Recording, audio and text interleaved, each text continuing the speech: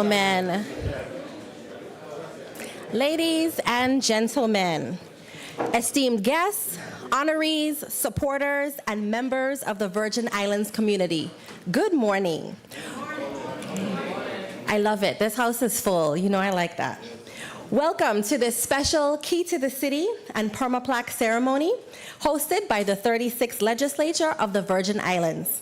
Today, we are celebrating 6, I know that your program says 7, remarkable individuals whose dedication, service, and accomplishments have strengthened the heart and heritage of our territory.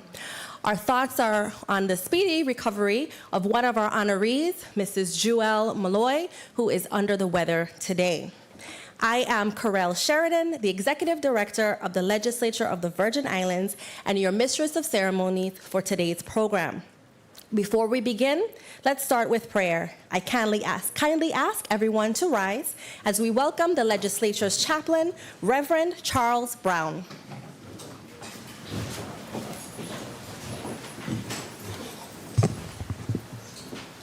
Let every heart pray. On this 6th day of February, Lord, we claim you as Alpha and Omega, the one who was before all and the one who has the final say. Today we honor the legacies of the late Ronald Alphonse Slimo Blyden and the late Myron Corbett. And with them we honor Brian Benidemus Bulai, Georgia Francis, James Sasso, and Arthur Gutu Solomon. In Proverbs chapter 3, verse 27, you direct us to not withhold good from those to whom it is due, and when it is in our power to do it. And in the New Testament, Paul's epistle to the Romans in chapter 13 teaches us to pay honor to those to whom honor is owed. Our territory is better because of these who, having been bestowed gifts from on high, did not rest on their gifts, but gave freely to you and to our community. So today we honor you, Lord, for blessing them, and we honor them for blessing you and us. Teach us how to cherish their legacy for years to come. In the name of the one who deserves all the honor and glory, because he offered his own body as a living sacrifice for all of us. In Jesus' name, amen.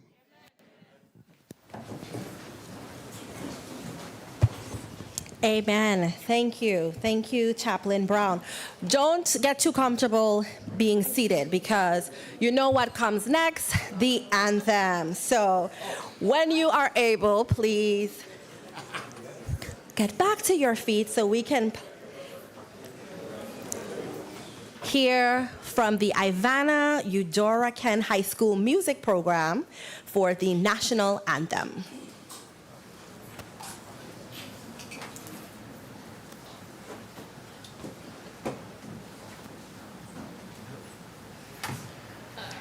Oh, say, can you see by the dawn's early light what so proudly we held at the twilight's last gleaming, whose broad stripes and bright stars through the perilous fight o'er the ramparts we watched were so gallantly streaming, and the rocket's red glare, the bombs bursting in air, gave proof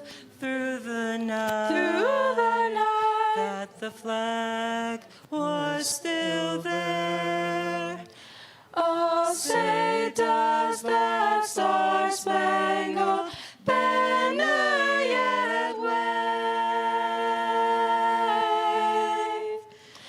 o'er the land of the free and the home of the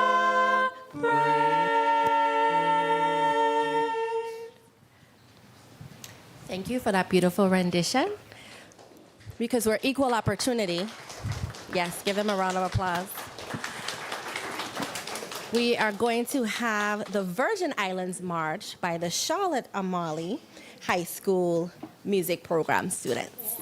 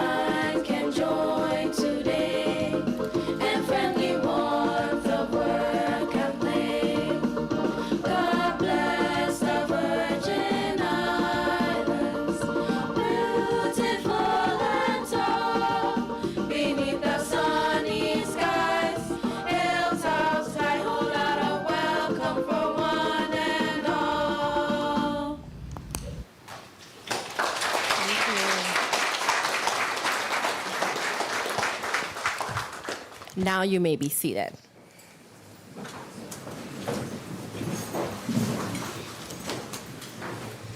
Thank you for those beautiful renditions to our major high schools here in St. Thomas. I know that our honorees, some of their trajectories changed due to involvement in school activities, so I hope that was a little reminiscent for you all as well. We'd like to bring to the podium now our esteemed Senate President, the Honorable Milton E. Potter, for opening remarks.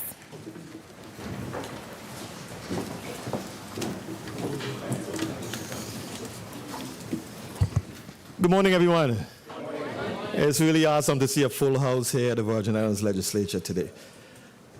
The Virgin Islands is a community built on legacy, on the shoulders of men and women whose lives of service, talent, and leadership have shaped the rhythm, resilience, and character of our beloved islands. And it is in that enduring spirit that we come here today, together as one, to remember, to celebrate, and to give thanks. The Perma Plaque ceremony reminds us that greatness does not always stand in the spotlight. Often it grows quietly, in classrooms, in churches, on sports fields, in businesses, in songs, and in acts of kindness that ripple far beyond the moment. The 6 honorees that we recognize today embody that truth. We pause with deep affection and respect to remember the late Ronald Alphonse Slim O'Blyden and the late Myron Corbett, 2 extraordinary Virgin Islanders whose legacy continues to inspire through the lives that they touched. They remind us that one life of purpose can echo through generations. Alongside them, we proudly celebrate Brian Benedimus Bulai, Georgia Francis, James Sassel, and Arthur Gutu Solomon. My friend, Mrs. Jewel T.R. Malloy, she appears on the printed program but could not be here in person, as our MC mentioned, as she is a little under the weather. So we wish her a speedy recovery, and God's willing, she'll be placed on our next Perma Plaque program. Each of you, honorees, in your own remarkable way, has woven your gifts into the very fabric of this community through music, mentorship, enterprise, advocacy, and service. You've lifted others, nurtured our youth, preserved cherished traditions, and advanced our collective story. The Perma Plaque that bears your name is a tribute, yes, but much more than that, it is a permanent symbol of our gratitude. It ensures that long after this day passes, future generations of Virgin Islanders will know who you were, what you stood for, and how your dedication strengthened the territory that we love so much.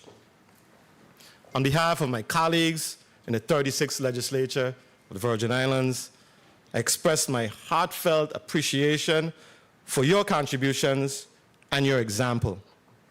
You've not only enriched the lives of many, you have inspired us all to see what is possible when commitment meets compassion and when service is done with love. May this occasion renew our sense of purpose and remind us of the responsibility we each share to carry forward the values of excellence, unity, and pride that our honorees exemplify so beautifully. Congratulations to each of you, and may your legacies continue to shine brightly throughout this beautiful Virgin Islands for generations to come. Thank you very much, ladies and gentlemen, for prioritizing your attendance here today, and may the Most High bless our beautiful Virgin Islands. Thank you.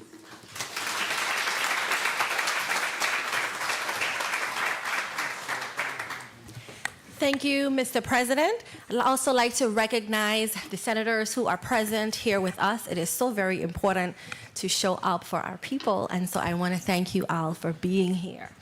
Senate President, of course, who just provided remarks. Then we have the Honorable Marvin A. Blyden, the Honorable Ray Fonseca, the Honorable Novell E. Francis Jr., the Honorable Carla J. Joseph, the Honorable Angel L. Bolquez Jr., our Senator at Large, Honorable Dwayne M. DeGraff, and the Honorable Alma Francis Heiliger. Thank you very much for being here with us this morning. We also have a few former senators amongst our midst. We have the Honorable Judy Gomez, who is here. Thank you very much for being here. And I believe we have the Honorable Myron Jackson also here with us. Oh, okay. Someone told me, but I didn't see you, so thank you as well. And we also have, she's on the program today, the Honorable Donna Fred Gregory with us today. Thank you, thank you. So, letting you know a little bit about how today is going to flow, I'm going to announce the honoree, read the act, resolution, and bill number. I'm going to then invite the honoree or representative to stand. The bill sponsor will be invited to the microphone to speak to the measure, and then will lead the plaque presentation.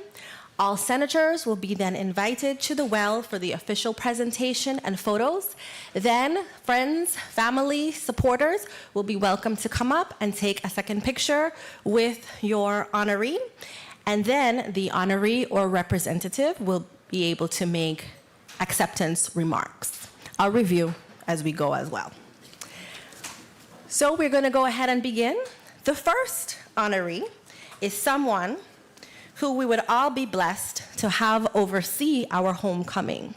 Mr. James Sasso, resolution number 1916, bill number 36-0007, sponsored by our Senator at Large, Angel L. Bolquez Jr., co-sponsored by Senators Avery L. Lewis and Ray Fonseca. Mr. Sasso, please stand to be recognized.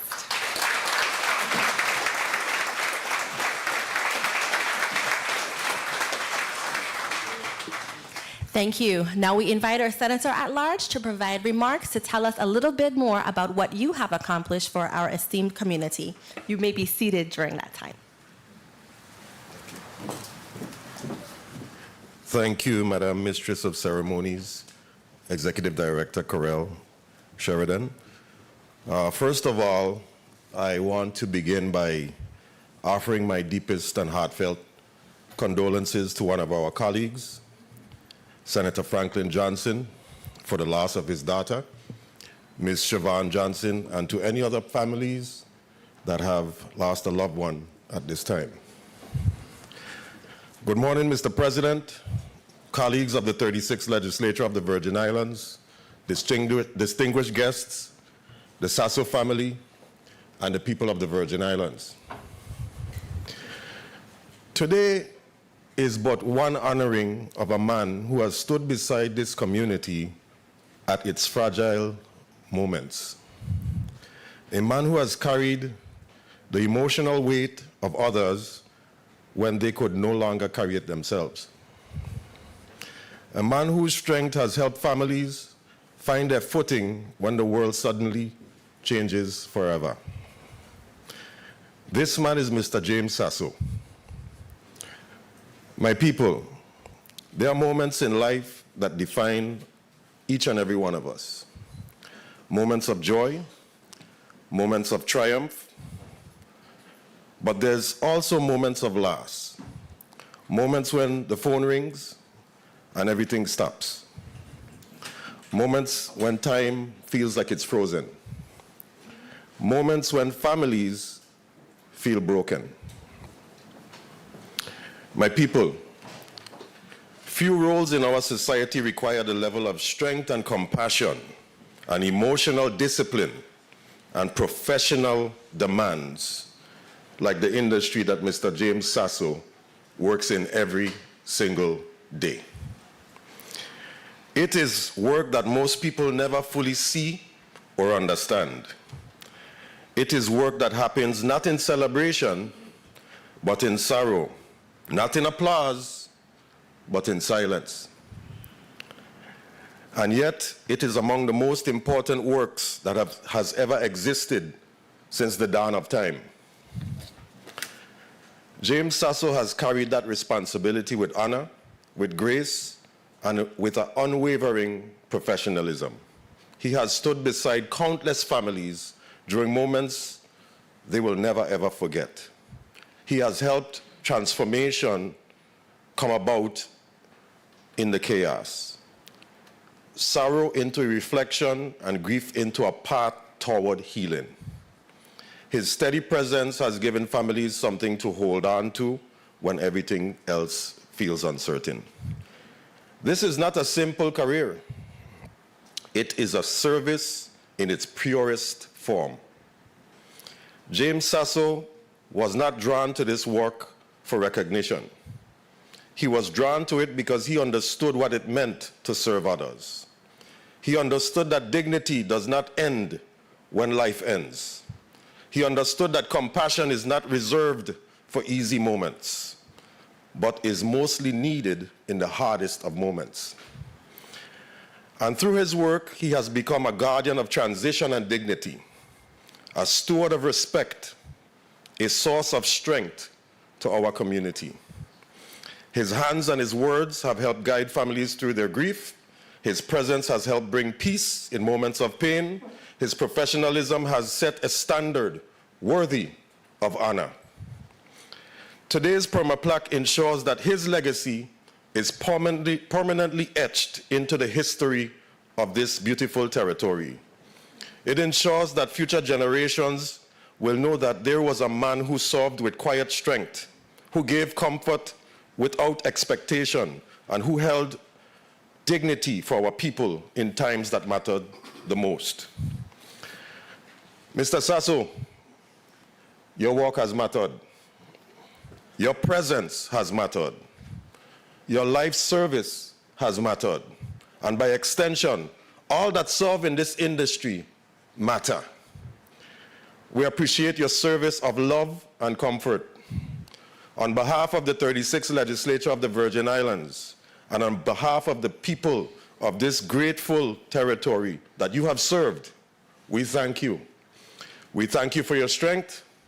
We thank you for your compassion. We thank you for your dignity that you have given to so many families. And we thank you for reminding us all that service to others, especially in their most difficult moments, is among the highest callings a person can ever answer. Today we honor you, today we recognize you, and today we ensure that your legacy will endure. God bless you, James Sasso. God bless your family, and God bless the people of the Virgin Islands.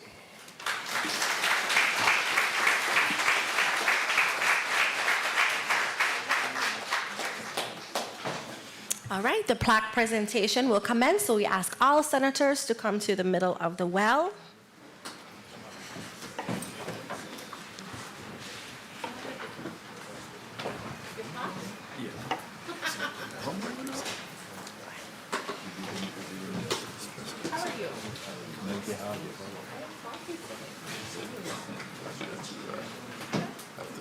Thank you.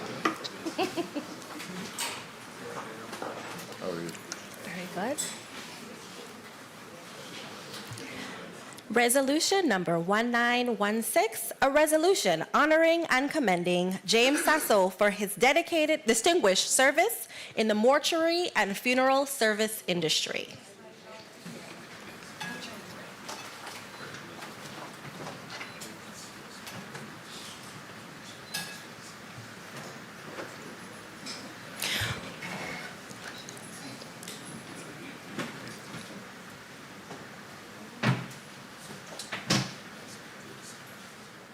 Friends, family, and supporters, please join your honoree for a photo.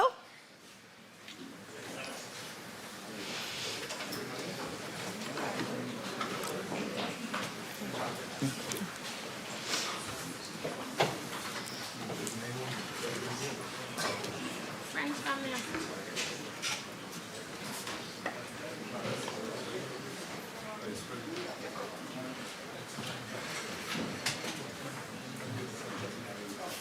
Come in, friends, family, supporters.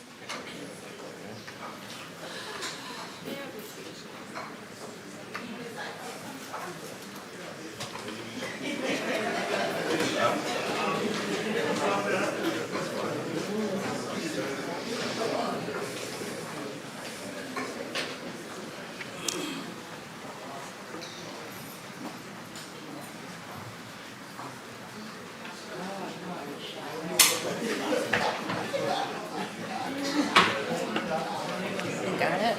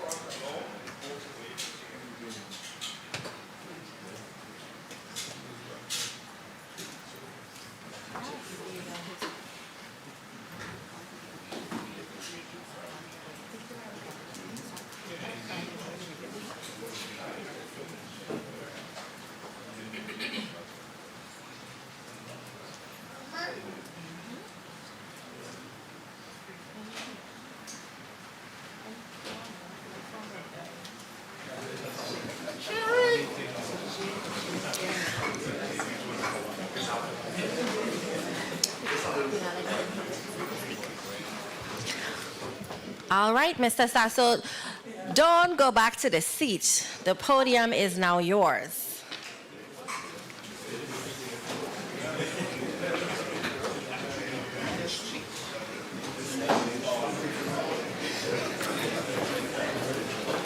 How you doing, sir? You good? Good morning, members of the 36th Legislature and your employees. Good morning and congratulations to the honorees. Good morning, family, friends, and well-wishers. Good morning to the management and staff of Tumble Home. Good morning, students and teachers. Good morning to the viewing and listening audience. Today, I'm very humbled to receive this award.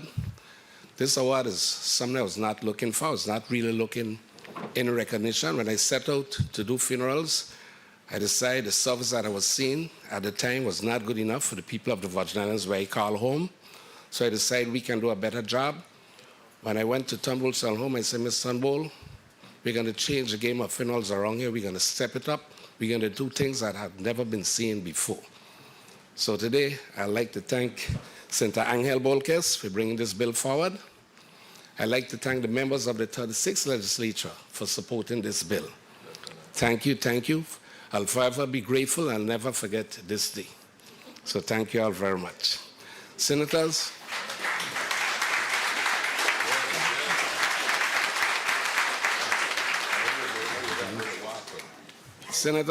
one more thing before I leave. When I was here the last time, I told you all I'd like to see a trade center in the Virgin Islands. Senator, I know it's not easy, but we have to find a way to get a trade center for the youths in the Virgin Islands. We're losing too much youths. Senators, I have heard too many parents cry. I've heard the cries from the bottom of the belly come up as if they're giving birth again. I've seen parents grab their loved one in the casket and actually taking them out, trying to take them out.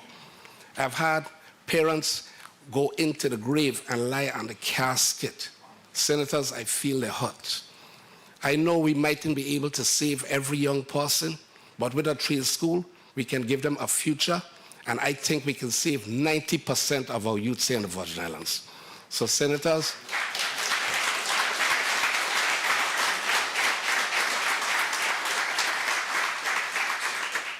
my plea as a funeral director who have seen death regular, who have heard parents cry, is let us get together and do whatever we can do for the youths of this Virgin Islands. Let us try our best to get a trade center. Let's not put it on the back burner. It's too long. We need to do something to give the youths hope and to give them a future. Thank you all, and may God bless you all.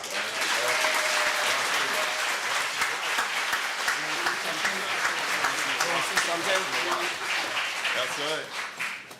That's right.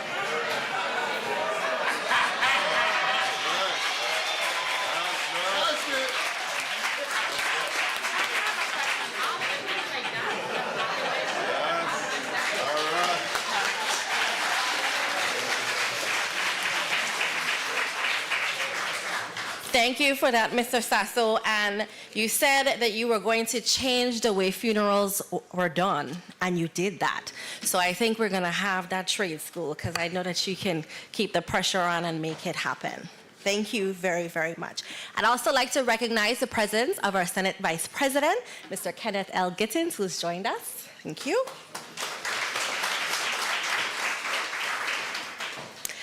Next, we posthumously honor Mr. Myron Corbett, one of the duo who coached and developed our talented basketball players at the Charlotte Amalie High School.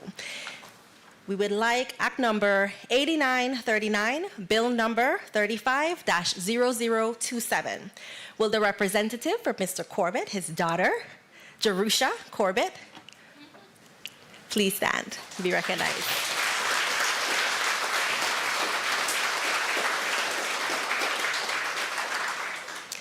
Thank you. You may be seated. This measure was sponsored by the Honorable Donna Fret Gregory, Marvin A. Blyden, Ray Fonseca, Carla J. Joseph, and Angel L. Bolkes Jr. We welcome you back to the well, Senator Donna Fret Gregory. Please join us to speak to this measure.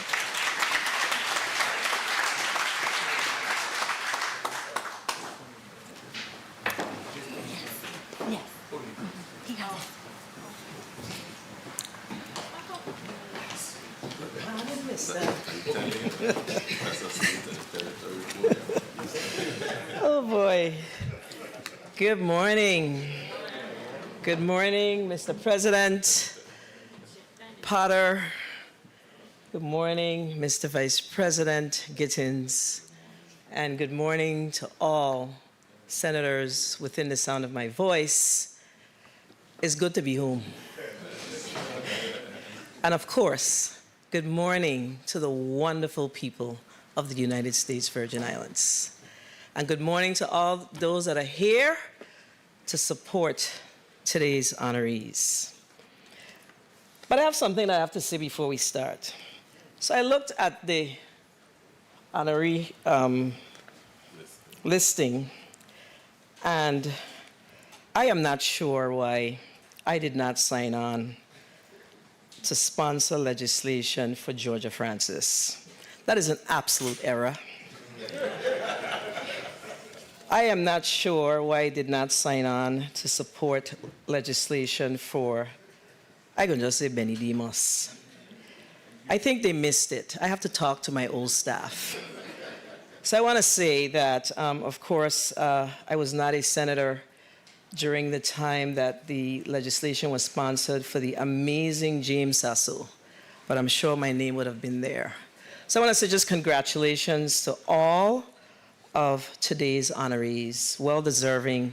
Many times our community talk about the fact that we focus on honor and commend. But if we don't honor and commend our people, who will? So I just want to say I'm proud to be here this morning, and I'm immensely proud to stand before our community today to honor the legacy, service, and dedication of two extraordinary sons of the United States Virgin Islands, Mr. Arthur Gutu, we miss Goose, Solomon, better known to me as Salo, and his brother, posthumously, Myron MC Corbett, whose lifelong contributions to education, athletics, and youth development have left a lasting and indelible impact on generations and generations to come. Absolutely. I don't know that there's anyone in this room whose life has not been touched by Gutu. I don't know. But Arthur Gutu, Goose Solomon, story reflects the journey of so many Virgin Islanders, rooted in humble beginnings, strengthened by family and driven by determination. He's the third of 8 children and began his basketball journey on the courts of Azrael Harris Court, what we would call it, New Housing, right? That community is an integral part of the man that you see before us today. He played alongside his brothers and developed a deeper love for the game of basketball. Following his high school, he earned the opportunity to play collegiate basketball at the University of Texas and later transferred to Morgan State University, where he completed his undergraduate studies. Mr. Arthur Gutu Solomon is the reason why I, Donna Fred Gregory, attended Morgan State University in 1983. Mr. Salo was my ride home every day. So I want to thank you for that publicly, Mr. Solomon. He served with the Department of Education and rose to become the chair of the Physical Education Department at the Charlotte Amalie High School. He was also an active union member because we all know Salo ain't easy. He advocated for the improved resources and fair compensation for coaches across the territory and teachers across the territory. As coach at Charlotte Amalie High School, Coach Solomon built a championship program.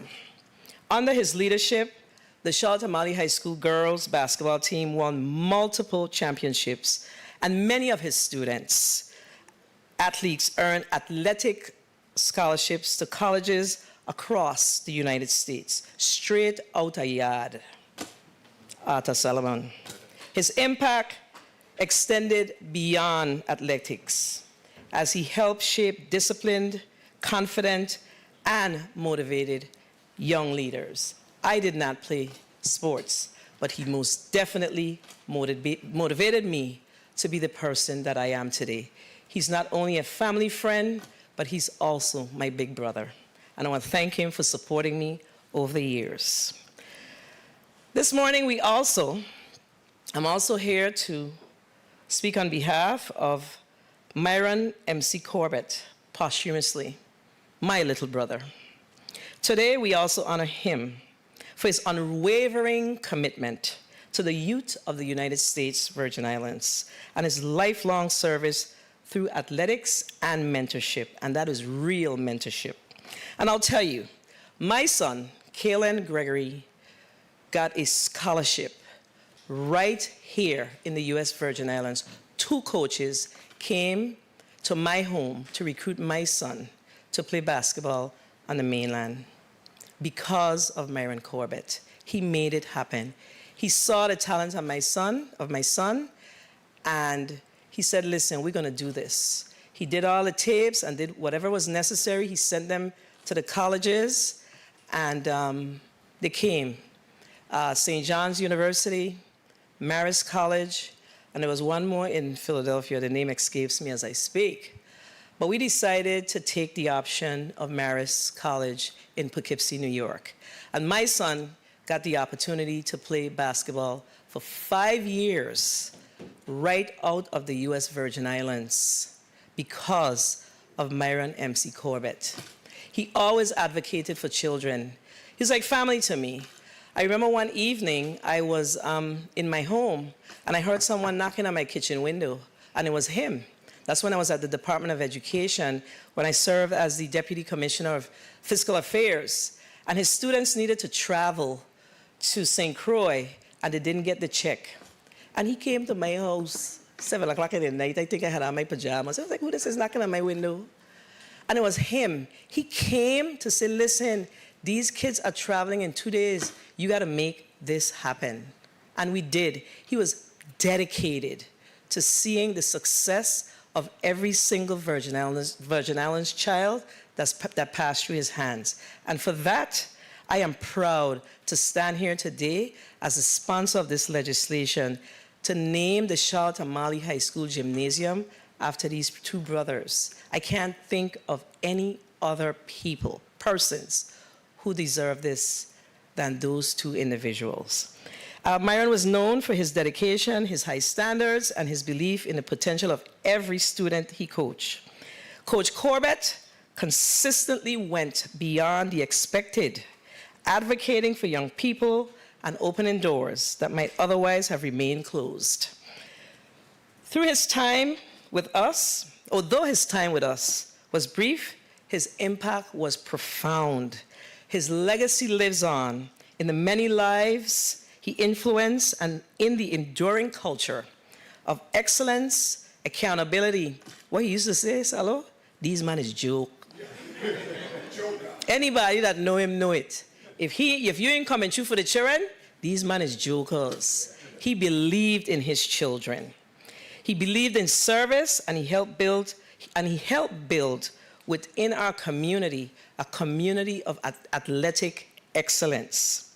And it's a fitting and lasting honor naming the gymnasium at Charlotte Amalie High School as the Myron M.C. Corbett and the Arthur Gutu Solomon Gymnasium as a lasting tribute to these 2 young sons of the soil of the U.S. Virgin Islands. As we rebuild Charlotte Amalie High School into a modern state-of-the-art facility, it is only right that we honor 2 brothers who devoted countless hours within those gymnasium walls, teaching, coaching, mentoring, and shaping the lives of our children.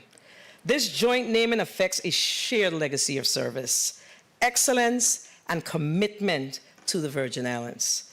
May every student who enters this space be reminded of what is possible through discipline, dedication, and service to our community. It is always important to pay it forward. Thank you, and love you all.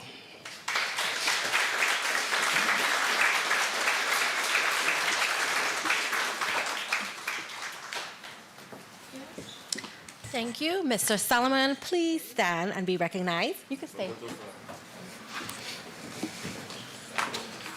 Please give him a round of applause.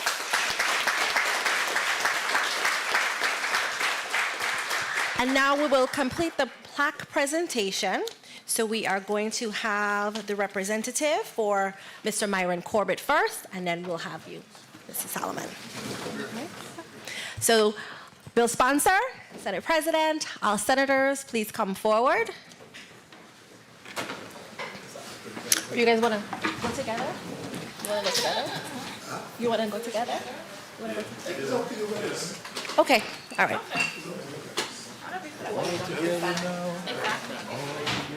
Thank you.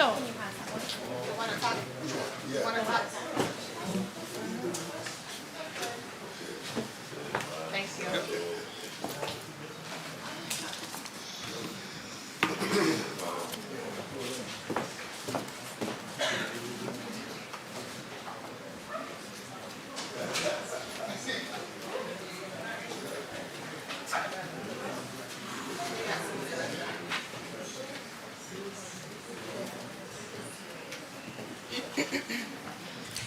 An act honoring and commending Myron Corbett posthumously for his lifelong contributions to the youth of the territory and renaming the Charlotte Amalie High School Gymnasium the Arthur Gutu Solomon and Myron M.C. Corbett Gymnasium.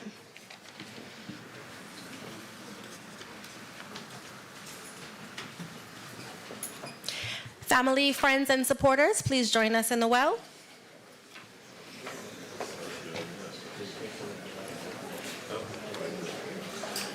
Oh, just a voice.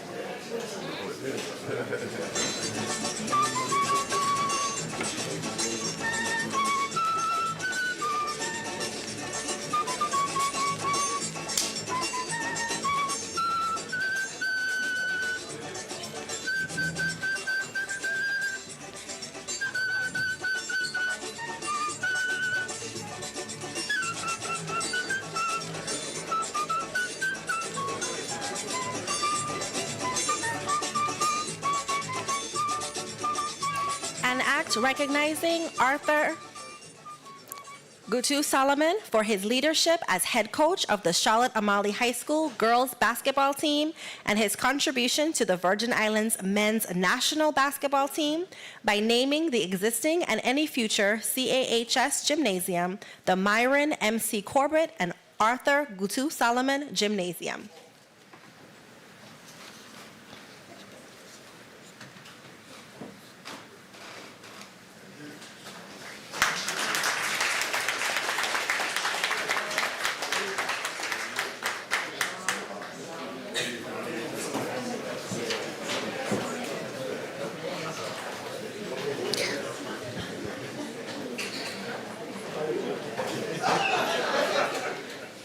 And Ms. Corbett, you'll join us first at the podium for remarks.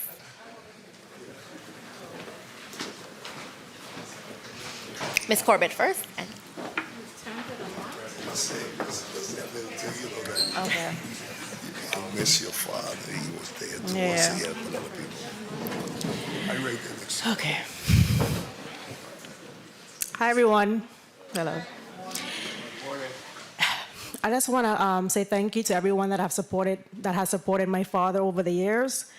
I sit in the hospital with my father in his last moments, and he would always tell me, Jerusha, he would say, support those who support you. That's what my father lived by, and I'm just so, thankful to be up here today. All right, just want to say thank you.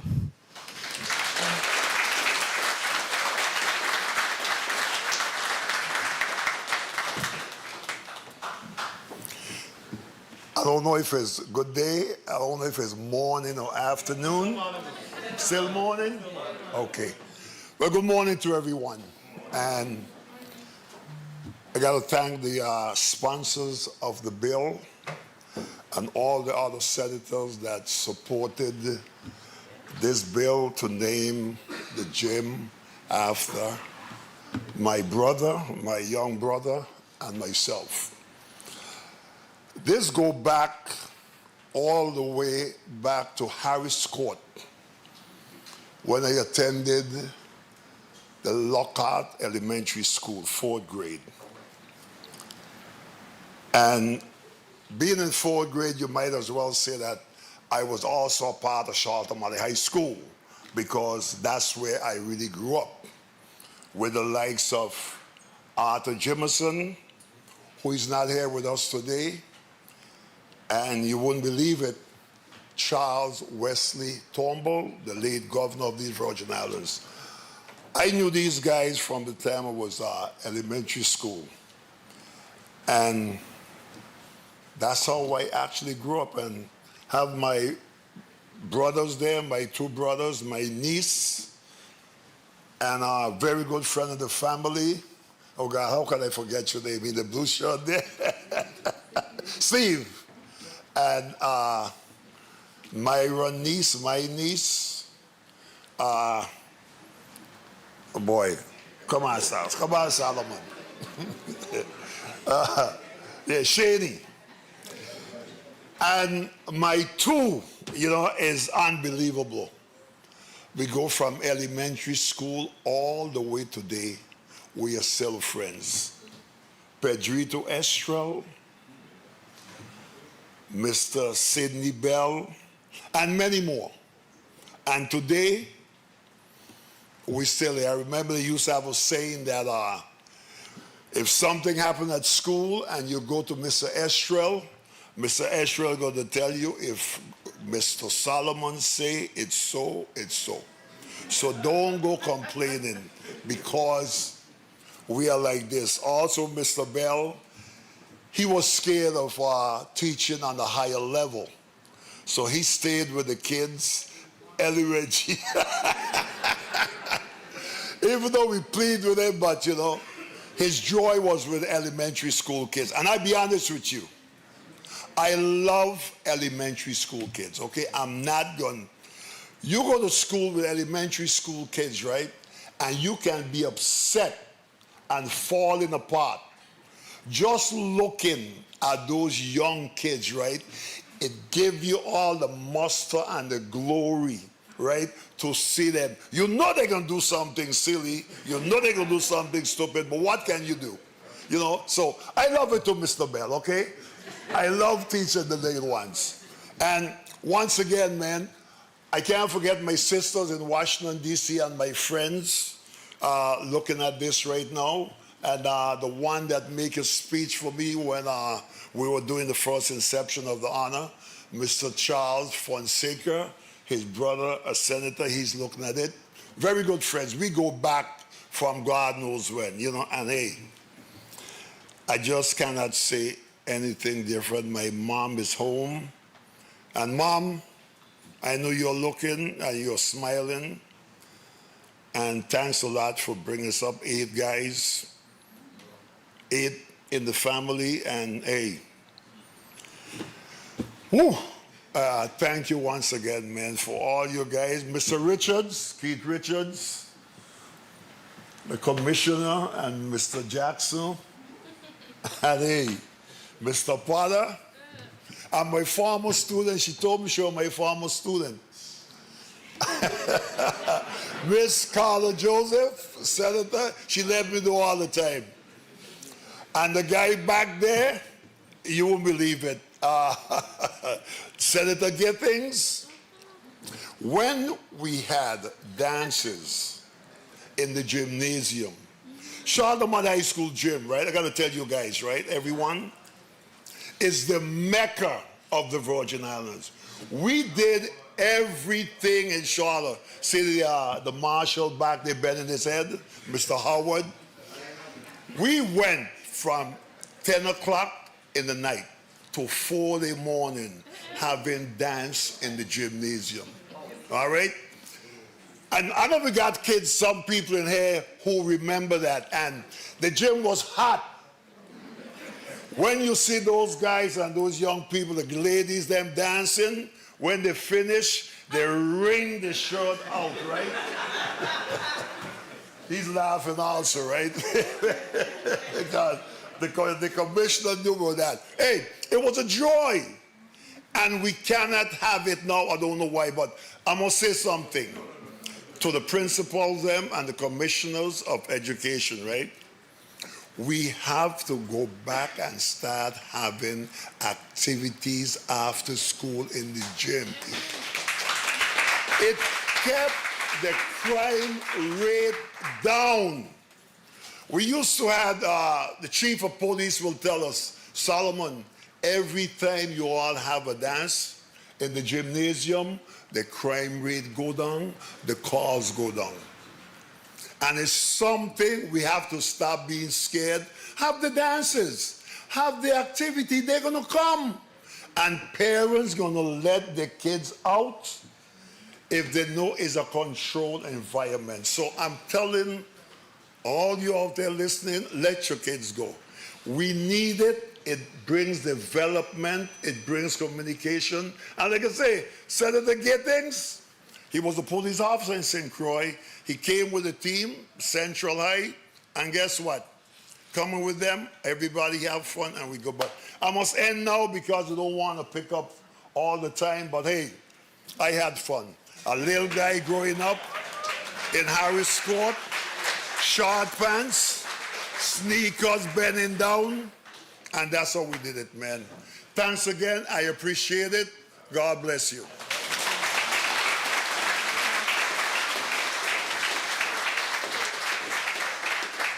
Thank you, Mr. Solomon. Now we all kind of wondering how it was to be in your class, because it was pure jokes all day. We know that. We know that. All right. Thank you. And thank you, Ms. Corbett, for your remarks as well. Next, we are going to hear from the Commissioner of the Department of Public Works. The legislature is very proud of the partnership that we have formed with Department of Public Works on the road namings. It has been an awesome partnership. We thank the Department of Public Works. They printed the booklets for us and covered that cost. We certainly appreciate that as a way in which we all can have one ceremony instead of several ceremonies relating to the road namings, saving money and being able to provide all of the honorees an opportunity to come together. So thank you very much, and now we'll hear from Commissioner Gabriel.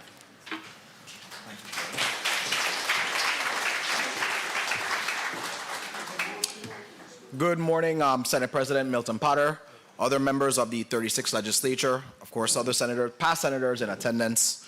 I see some of my cabinet colleagues. Good morning to you guys. Good morning to the members of Charlotte Amalie and the Eudorican School. Thank you guys for being here. Good morning, family, friends, supporters. Good morning to the people of the Virgin Islands. I am proud to be here today. As Ms. Sheridan said, we are really pleased with the partnership that we had. Our team, I do want to recognize Ms. Benson and Ms. Evans in our office as well for all your hard work on this.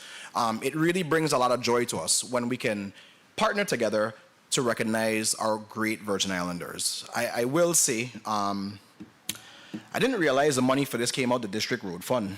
Definitely did not realize that, boy. That was a shock to me today. So for those who have roads named after them, if they are not resurfaced in the near future, you know why. But on a serious note, it is very important to continue to honor our rich tradition and culture by naming roads, by naming buildings, by naming anything that we have here in the Virgin Islands after our Virgin Islanders, right? For generations to come, people will know who Miss Georgia Francis is. They will know of the impact that she had on thousands, well, let me say hundreds. I ain't want to say thousands. I ain't going, I'm going to leave it like that, but thousands, right? We try not to, but on thousands of Virgin Islanders through the sound of music. The discipline that it brings, the stick-to-itiveness, the commitment that it brings. And I could just hear you, even though I did not go to Charlotte Amalie, I could hear you coming up the road with the band in unison. So I do want to thank you. People we will no longer know it as Rumor Drive. It's now going to be Georgia Francis Drive. So thank you for that. And of course, honoring Mr. Ralph Alfonso Slimo Blyden by naming it the Slimo Blyden Drive and the cul-de-sac. I'm sorry? Ronald, I apologize, Ronald. I think it's really important, again, because these are people that lived in our community that really made a difference every single day for our children, for our adults, for our seniors, and for every one of us that live here. So to all of our Virgin Islanders today, I do want to thank you for your commitment, even though none of us has things named after us out there. I think our chance is coming. You know, Senate President, I saw something, at least we don't retain or withhold funding to get stuff named after us. We just go to our senators and, you know, they name stuff after them. So, of course, I do want to thank you guys, congratulate all of our honorees, and thank you for the sacrifices and commitment that you give to the people of the Virgin Islands. Thank you.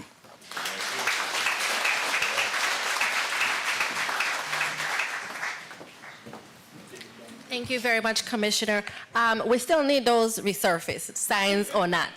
Just speaking for our vehicles, that we cannot afford to have too much repair costs. So just speaking for all of us, we expect them to still also be resurfaced.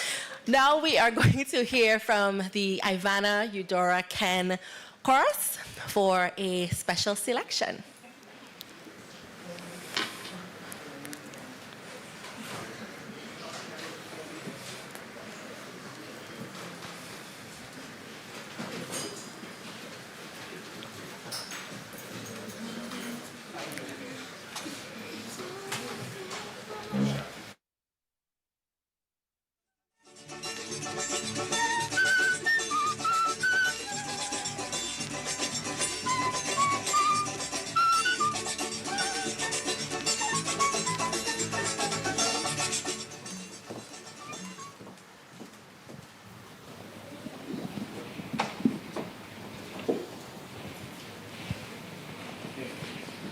Wise men say only fools rush in, but I can't help falling in love with you.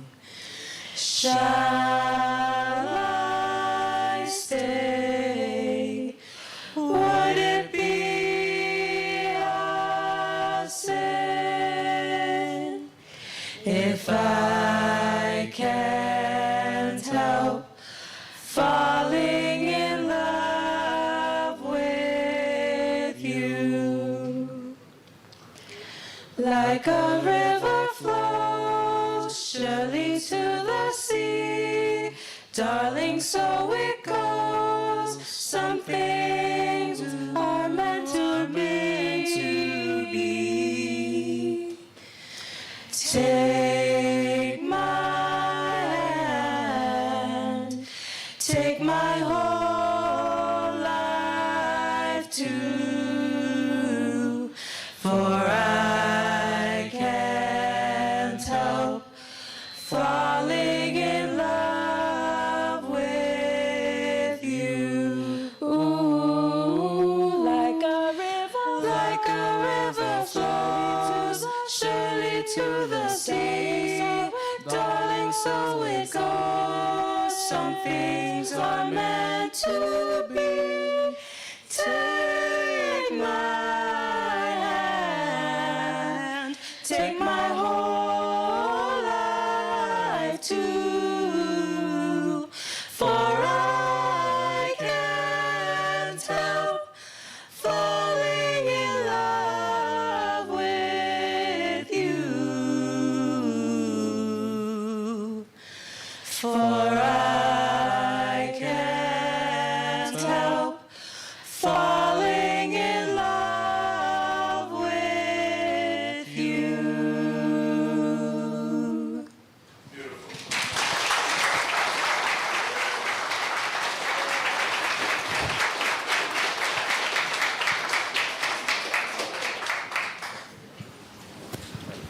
Awesome. Thank you very much. Under the direction of Ms. Jada Lark. Oh, I'm sorry. And Mrs.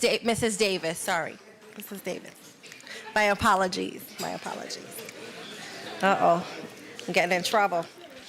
All right. At this moment, I'd like to, I'm going to get in some further trouble, some good trouble today.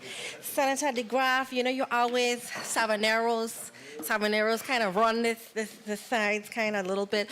But Old Tutu Housing, you are being represented here today. The unofficial mayor of Tutu is being honored. We posthumously honor Mr. Ronald Alfonso Slimo Blyden. The representative, his daughter, Mrs. Laverne Blyden, please stand to be recognized.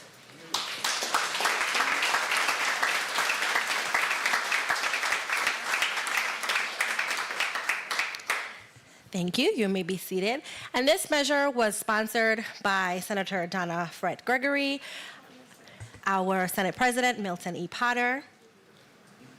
Please come forward, Senator Fred Gregory, to provide remarks on this measure. And while we're doing that, we would like to show you where this road naming is going to be. The sign has been unveiled as we were in this ceremony by the Department of Public Works. So it is the former Flamboyant Avenue in Estate Anna's Retreat. And you can see on the screen that it has been revealed.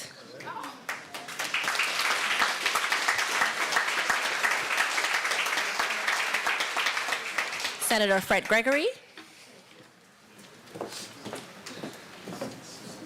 So good morning again, and I'm unofficially part of the Old Tutu Massive, OTM Massive. And I'm gonna tell you why. Because in the 70s, I moved to the country from Hospital Ground, and I moved to Dunu Housing Community. And it was a shortcut, and we used to go down to Old Tutu and spend time down there all day. So I'm an official part of the OTM Massive. So good afternoon again. It's afternoon now, right? It's morning still. Good afternoon, everyone. It's still morning. Good morning. And today really makes me especially proud as a Virgin Islander. It's a powerful reminder of the people who came before us, those whose lives of service helped to shape our communities and whose legacies continue to guide us. I am honored to have sponsored this legislation to recognize and celebrate the life and service and legacy of Mr. Ronald Alfonso Slimo Blyden, posthumously, a man whose commitment to the Virgin Islands, particularly the Old Tutu community, was both deep and enduring. Ronald Slimo Blyden was far more than a resident of Old Tutu. He was a beacon of community spirit, leadership, and dedication. His constant presence, generosity, and willingness to serve earned him the affectionate and well-deserved title of Mayor of Old Tutu. And I remembered as a little girl walking through the roads of Old Tutu, he would be there sweeping, cleaning, picking up. He just made sure that he kept the place immaculate and encouraged youngsters like myself to do likewise. When Slimo was not working to uplift his community, he could often be found at Slimo's nightclub that became a well-known gathering place for Virgin Islanders, one that brought people together and added to the cultural fabric of our island. Slimo dedicated 36 years of service to the Department of Education, retiring as a graphic arts specialist. His artistic talents were widely recognized and highly sought after, and many in our community benefited from his creativity and skill. Above all, Mr. Slimo was a devoted family man, an entrepreneur, and a community leader who constantly worked to better the lives of those around him.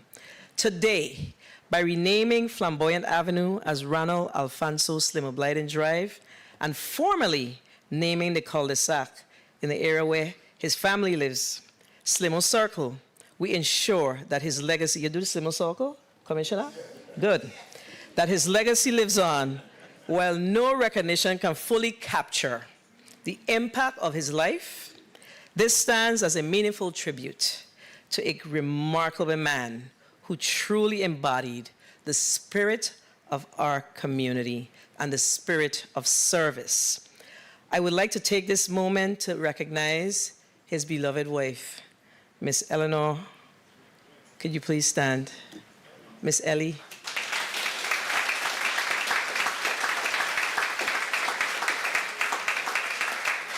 And we already recognize Miss Laverne, but I also want to recognize Mr. Ronald. Could you please stand? Ronald Jr. Yeah, oh, he's a photographer. I'll tell you a little story about Ronald. He probably don't remember, but when I was in 7th grade, he was my Civil Air Patrol leader. And he did not play with me. So a lot of why I'm the way I am have a lot to do with Ronald, okay? So Ronald, I want to thank you. Thank you for all that you've done as well for this community.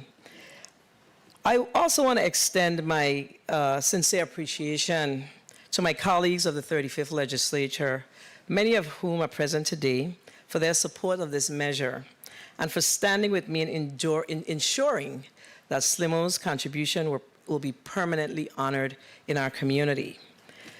Minister Plaque not only serve as a marker of a name, but as a reminder of what happens or what it means to give selflessly, to lead with heart, and to serve a community above all else. Thank you for sharing Mr. Slimo with us, and this is to his family. God bless you all.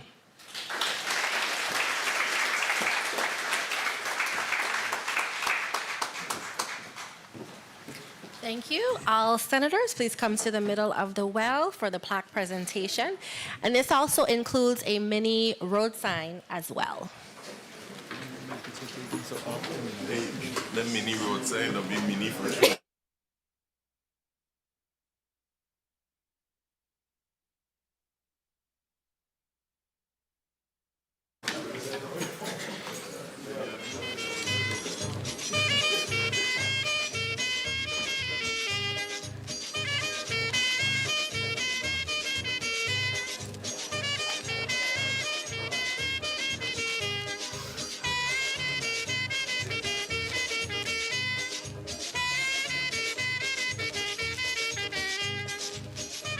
An act honoring and commending Ronald Alfonso Simo Blyden posthumously for his years of service and contributions to the Virgin Islands community, renaming Flamboyant Avenue in Estate Anna's Retreat as the Ronald Alfonso Slimo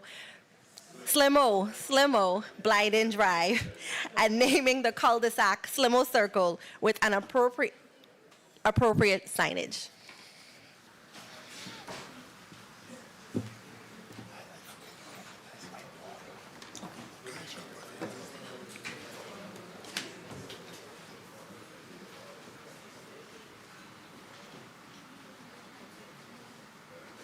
Friends, family, supporters, please join Ms. Blyden in the well.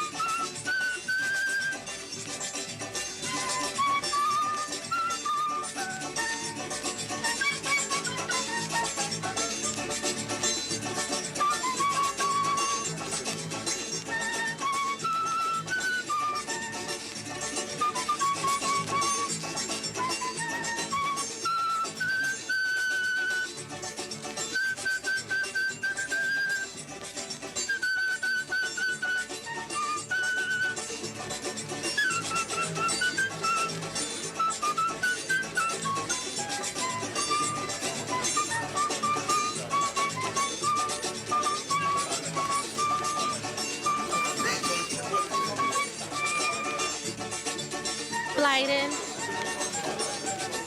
is making her way to the podium. Wanted to say something? Yes, quick. I just want to acknowledge my daughter over there in the corner, Shayla Solomon. You know, my one and only, my heart. Right over there, Shayla Solomon. Thank you. Thank you, Miss Blyden.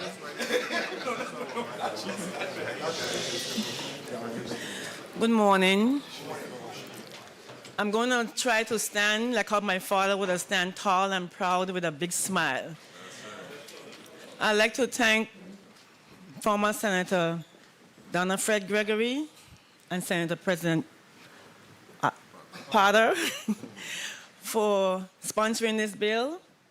On behalf of my mother and my brother, we are now proud to see the sign unveiled. It was we saw it for the last couple of days covered, and you see, but now it gets opened up. It's been a real exciting and kind of emotional feeling. But I'd like to thank everyone, and God bless everyone. Thank you.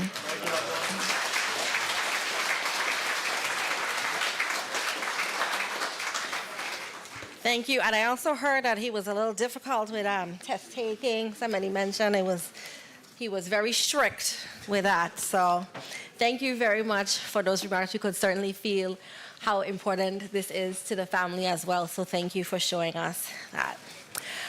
Next, we have Miss Georgia Francis, a proud chicken hawk.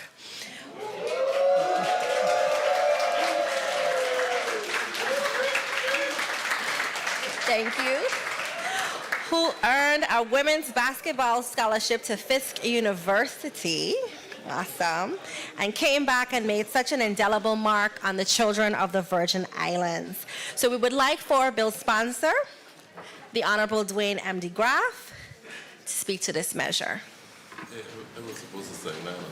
Yeah. Thank you. Good morning. Good morning. Good morning. You know, I want to clear up one thing first. All the bills that you see here only have my name on this one. But all of us vote yes. That's right. All 15 senators voted yes. I was one. So all of us represented for our people. So I just want to make sure that is said. Now, you know, Miss Francis being a teacher, when I was quizzing Udurcan and CHS students here sitting down, because I know those are things that she would do, and they answered all the questions excellent.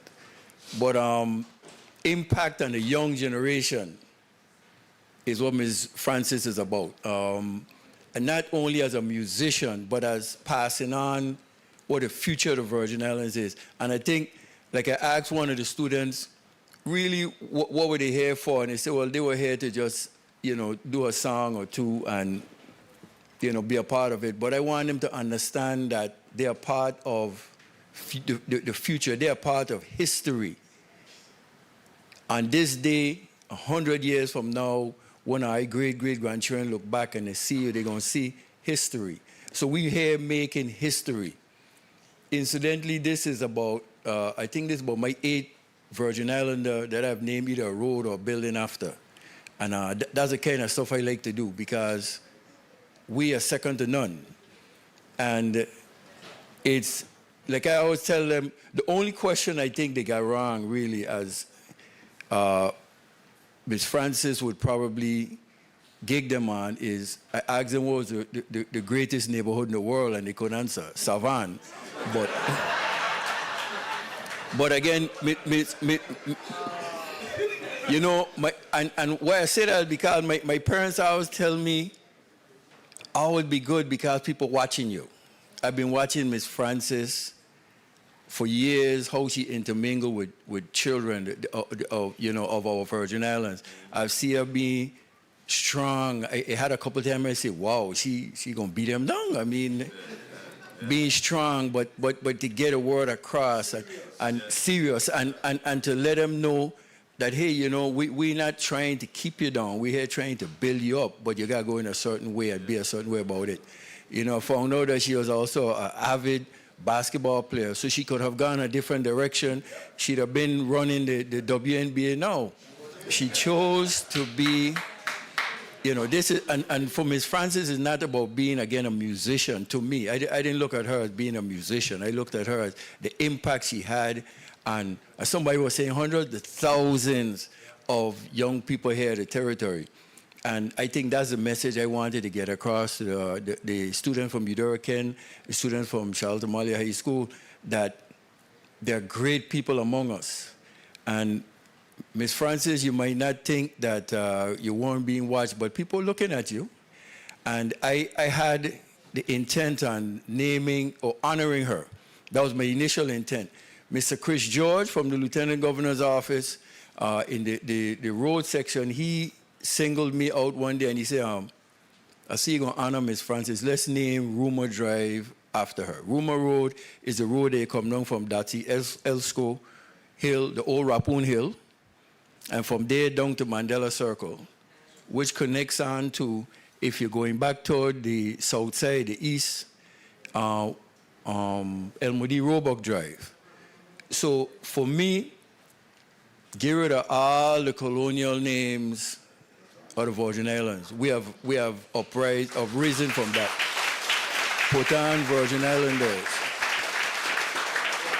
And it is so fitting to have former Senator Attorney Judy Gomez, who I named the highway after her, from down by the graveyard going west, on this day here with Ms. Francis. So, Ms. Georgia Francis, like I said, the impact you've had on me is being a resident of this community, seeing the great things that you have done in music, in representing your family name. You have not just did well for our children and stuff going forward. You have represented your family name.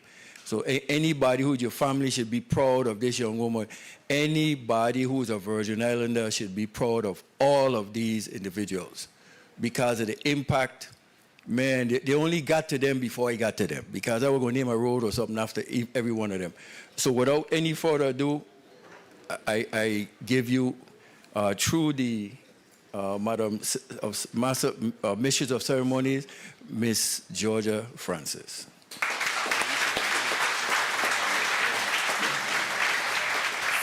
All right, all senators, you can come forward for the plaque presentation. You should ask. A woman dynamic for real.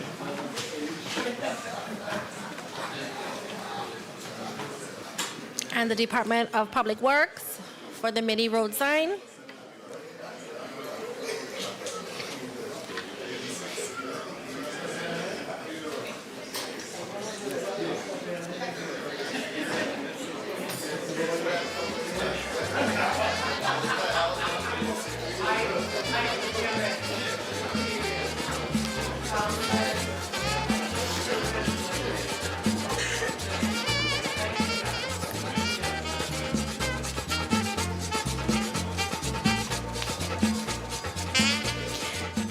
An act honoring Georgia Francis for her community service and contributions to the youth of the Virgin Islands in the area of music by renaming a portion of Rumor Drive as Georgia Francis Drive.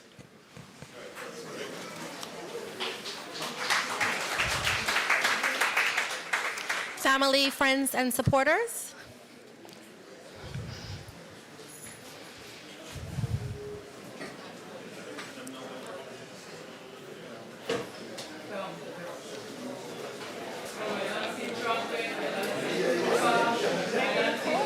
Yeah.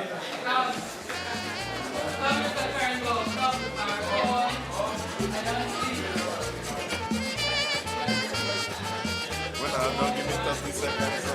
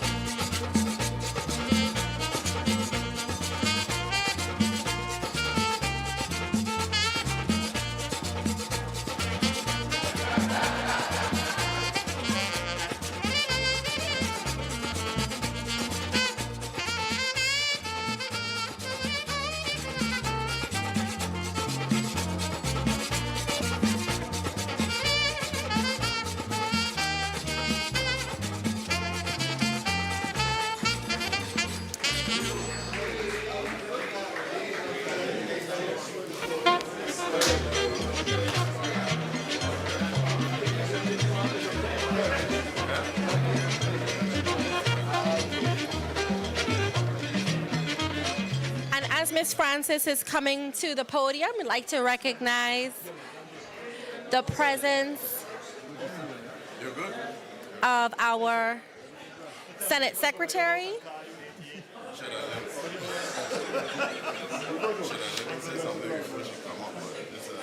Our Senate Secretary, Avery L. Lewis, and Senator Kurt Viale. But Senator Kenneth Gittins, our Vice President, I'm going to recognize him for some remarks. Sorry about that. Good morning to all. You know, I couldn't sit back there and not say something on Miss Georgia there, because, you know, her work has inspired our children to dream boldly. And I was just telling her, I'm sure that she doesn't remember me like that. But back in the day, I was really slim, you know. That's when I was a young police officer.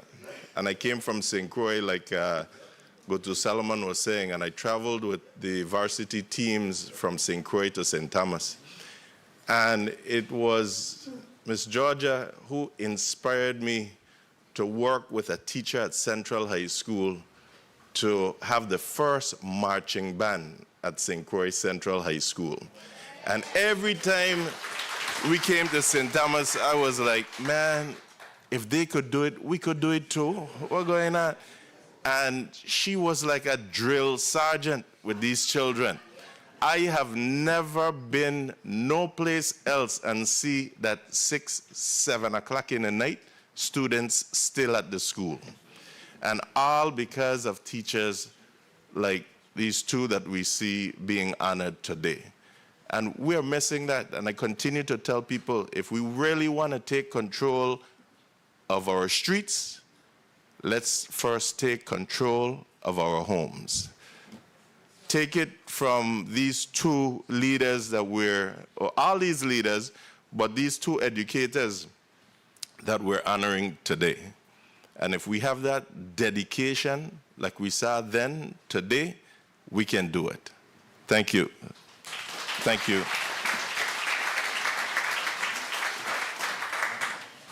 All right, Ms. Francis, you're recognized for your remarks.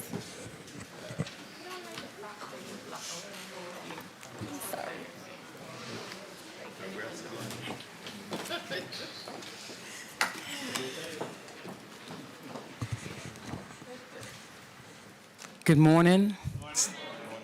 Morning, Senate President Potter, all the senators of the 36th legislature, my classmates, family, friends.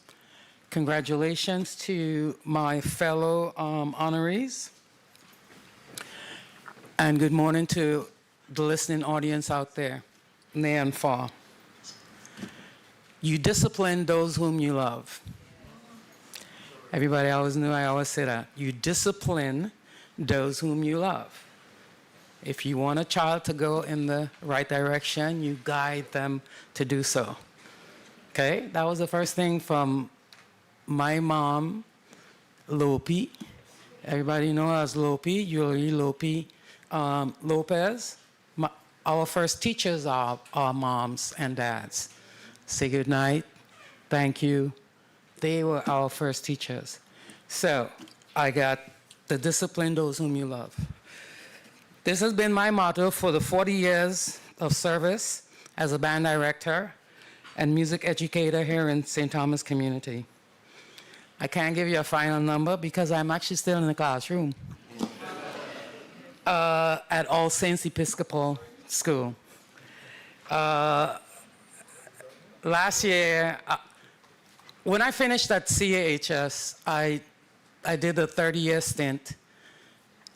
And sorry to say, the governor came up with this thing about if you work over 30 years, you have to give 16% of your salary back.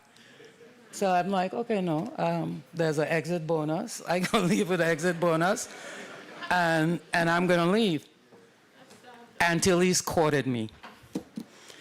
So I went and I gave Antilles 5 years, and then I said, okay, I'm going to go home.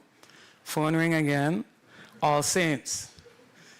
Gave them 5 years, and last year, in the last faculty meeting, I put on a graduation cap and gown and said that this class graduated and I was graduating as well. So September, I was actually on my way to, I travel with this group, I was actually on my way to Ghana. Ms. Francis, we still need a music teacher. I was like, but I graduated last year. So I'm back. The schedule was a little bit more flexible.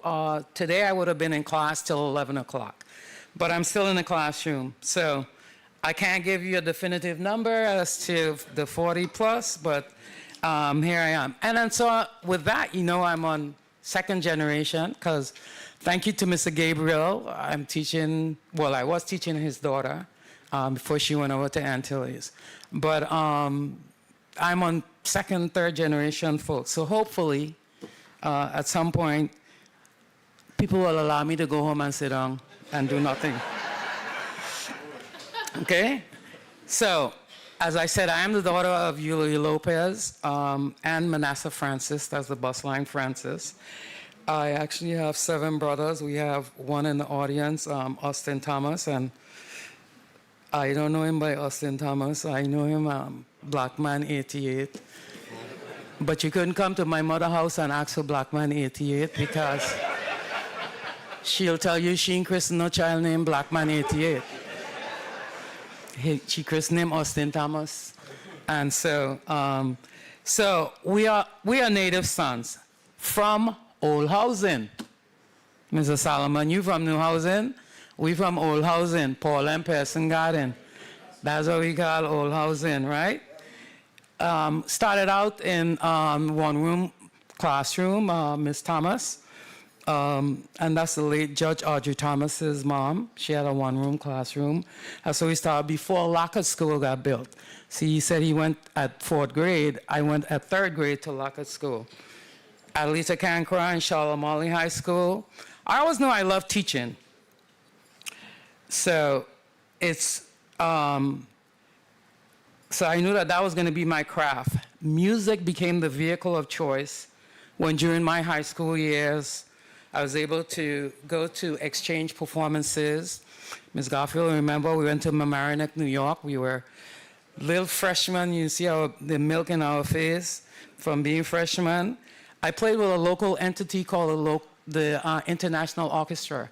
It traveled between St. Thomas and St. Croix. We did musicals, we did plays.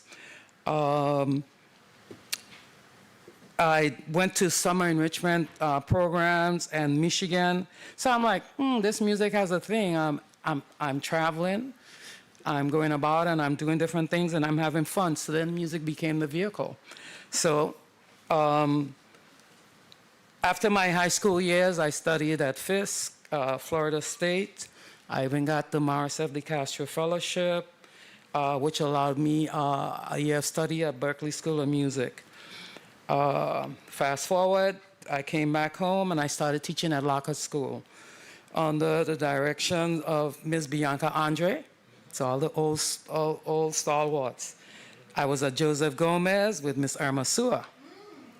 Okay.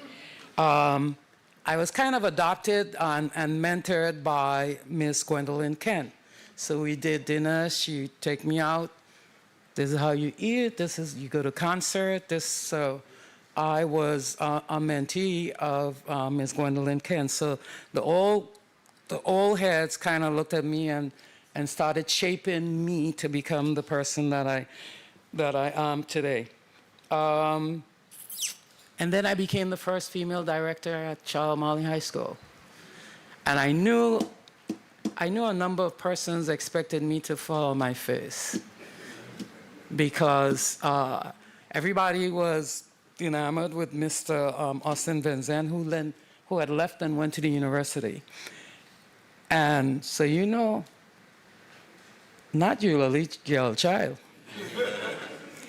I studied, I read, discipline stuff, educational strategies, found whatever I would do to help myself in the classroom. And that came into being. And nobody would ever think that my first year as the band director, There was this student, he made me cry.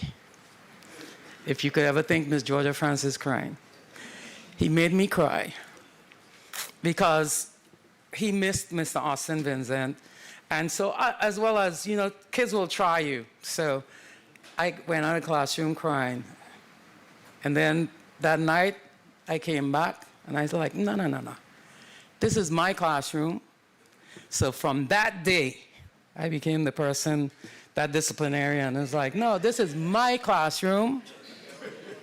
This is my turf. You either gonna follow my rules or you gotta go. That incident made me the stronger person that I became. After, it's like, realize, no, I'm in charge. And so I've taught at the university in the evenings, CHS. When I retired, I did go to Antilles, and I taught at Antilles School for 5 years. As I said, I left there, and then All Saints called. And here I am at All Saints. Through my tenure at CHS, I try to provide my students with some of the same experiences that was given to me as a student.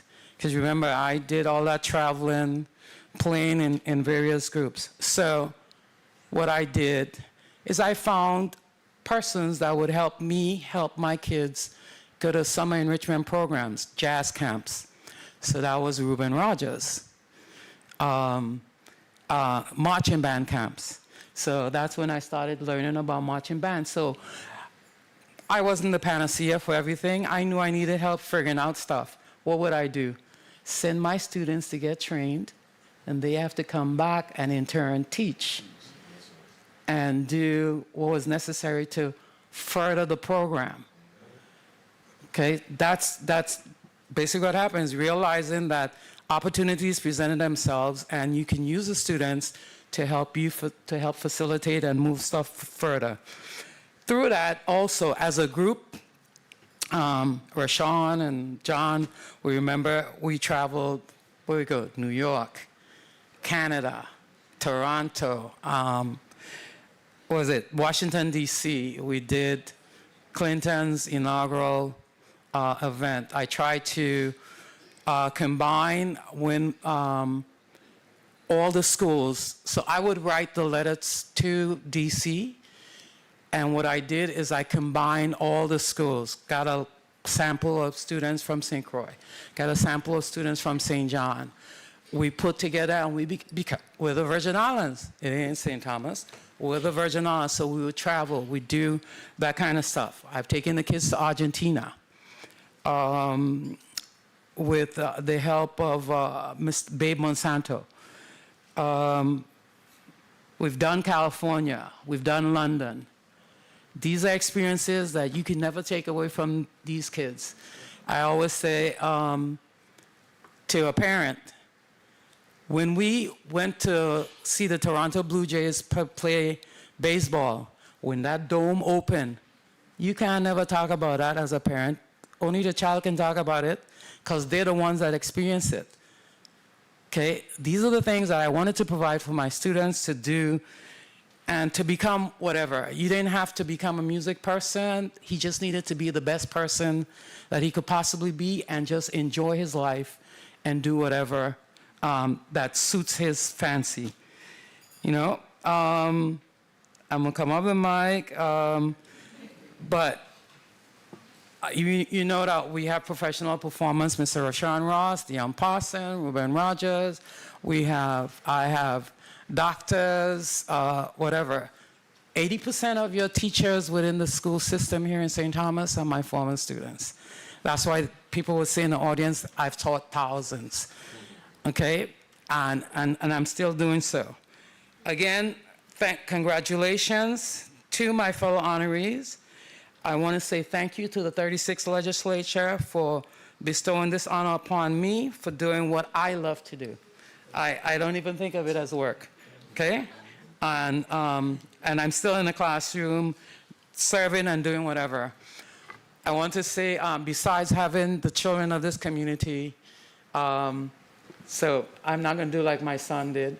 I do have I didn't manage to procreate, and I have a child. Besides having your children, I do have a child. Otherwise, and 4 grandchildren. And actually, he was here last year when this, the 36, when the resolution. So I thought he came to surprise me and support me for my event. So I was like, so the night before, I was like, okay, let me bust your bubble. I know you came to support. Like, Ma, I don't know what you're talking about. I came to be confirmed on the GRS board. So yeah, my son, Timin Clark, is one of your GRS board members. So I thought that he was here to support me when in fact he actually was coming for his own event. So yes, and through him, as I said, I have 4 grandchildren, 2 boys, 2 girls. They load them on the ark by 2s. So he gave me 4, 2 girls, 2 boys. And his name is Timin Clark. So when you hear the name Timin Clark on your GRS board, that's Ms. Georgia Francis' son. Okay? So thank you again, and good morning.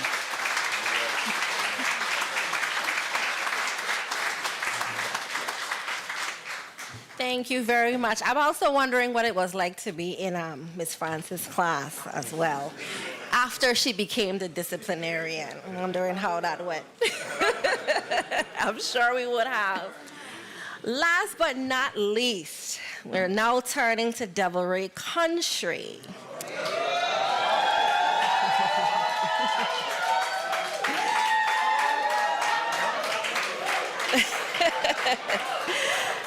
Someone who has attained global. Point of order. Someone who has attained global recognition for his musical talents and whom we love dearly as a Virgin Islander for his philanthropic spirit. We now honor with a key Brian Benny Demas Bulai. Please stand and be recognized.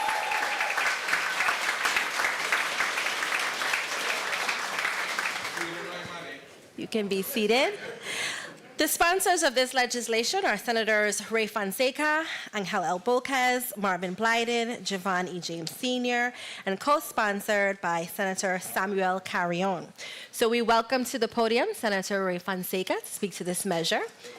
Mr. Bulai, you can be seated, or you can stand.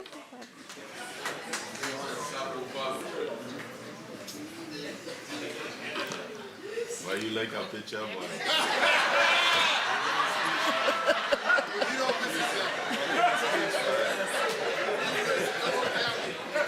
Well, sir, Papa.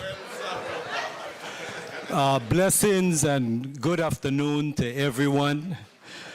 Yes, I got to follow up on that because most of the senators in the 36th legislature, we have the biggest contingent, the Eudora Ken Posse. We got our Senate President Pata, we got Senator Carla Joseph, Senator Angel Bolkes, Senator Marvin Blyden, and of course myself, Popa.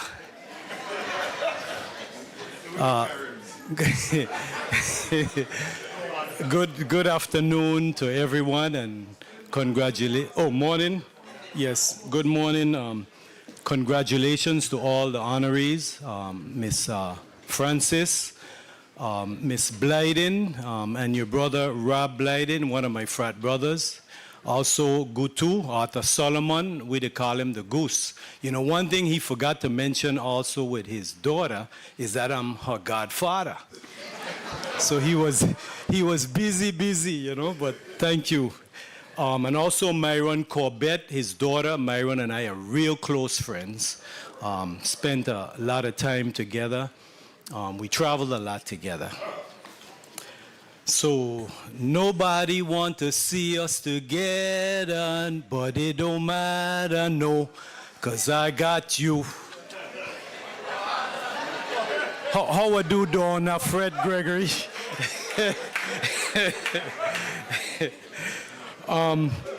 So it is a great honor and a privilege for us to get the approval of Bill number 35-0285, and I want to congratulate all my colleagues in the 35th legislature because all the senators signed on to this bill. It became Act number 8926. And normally, Brian Bulai, you know him as the DJ with Akon. But you know, I'm going to give you some detailed history and information about him. He was born in 1977 in St. Thomas to Claudina Bonau and Benny Bolai. I'm sorry. I got a little sore throat. As a matter of fact, I gotta apologize for that because I can't forget this. We also have the new combined CEO for the Roy Lester Snyder Hospital and the Wang Louis Hospital, Miss Darlene Baptiste. You can please stand. We can put the camera on her, Miss Darlene Baptiste. Congratulations. Now both hospitals is under one administration, and that's the boss woman, Darlene. She used to be my boss also when she was the Commissioner of Health. I was her chief assistant. But getting back to Benny Demas, he attended Benjamin Oliver Elementary School, Bertha Bushelta Middle School, and of course, Ivana Eudora Ken High School. Well, Sapopa. So in his early childhood years, he was captivated by the melodies of music and started playing the saxophone. That's right, the saxophone. Benny Demas displayed a profound affection for the art of disc jockeying, DJing, and started DJing when he was in the 4th grade, allowing him to nurture his innate talent and passion for musical expression. In 1997, he attended Minot State University in North Dakota, where he made the decision in his freshman year to transition from playing the saxophone to dedicating himself full-time to the craft of DJing. In 1998, Benny Demas continued his academic journey at Western Wyoming Community College, and in 2003, the artist known as Akon enlisted Benny Demas as his personal DJ, propelling him into the whirlwind of opportunities where he entertained audience not only for Akon, but also for a roster of renowned artists, including Rock City. That's right, our own Thomas Brothers, TLC, Melanie Foyana, Chantel, Cardinal, Offshall, and Eve. In 2004, Benny Demas contributed to the signing of RCT to Akon's record label, Convict Music, and he also played a pivotal role in the signing of Canadian superstar Cardinal Offshall and Convict. And in 2005, Benny Demas assisted Rock City in securing their first writing placement on Akon's 8-time platinum album, Convicted. Awesome. Congratulations. Benny Demas earned global recognition as entertainer extraordinaire, showcasing his talent as a DJ producer, screenwriter, film director, and artist manager. And he built the loyal global following through performances in over 180 countries, including Germany, the United Kingdom, Brazil, Japan, Nigeria, Egypt, and the Virgin Islands, to name a few. In 2011, Benny Demas was honored as a global ambassador of Liberia, West Africa, by former President Ellen Johnson. And in 2019, Benny Demas opened the MTV European Awards held in Spain by introducing Akon and the awards show host Becky G. Benny Demas has quietly contributed to the success of numerous popular musicians, including Kenrick Lamar, Lloyd, Jada Kingdom, Wizkid, TLC Evie, DJ Ape Man. Benny Demus launched his own management company, the Purple Beacon Management and Touring, where he manages talents such as R-City and Jamaica superstar Jada Kingdom. Benny Demus has demonstrated a philanthropic spirit in so many ways, including collaborating with a team of Virgin Islanders in Atlanta to transport 24 40-foot shipping containers filled with supplies to the Virgin Islands after Hurricanes Irma and Maria. Awesome. And of course, most of us know him for this, sponsoring the Virgin Islands men's all-star basketball games, bringing Akon and Rock City to St. Thomas and St. Croix to visit children in local schools and spread inspiration to youth. He also has the Benny Demus Foundation, and he has privately provided family-oriented activities on St. Thomas, such as the Luminate bike ride, and of course the Carnival kickball tournament, another thing that he's famous for.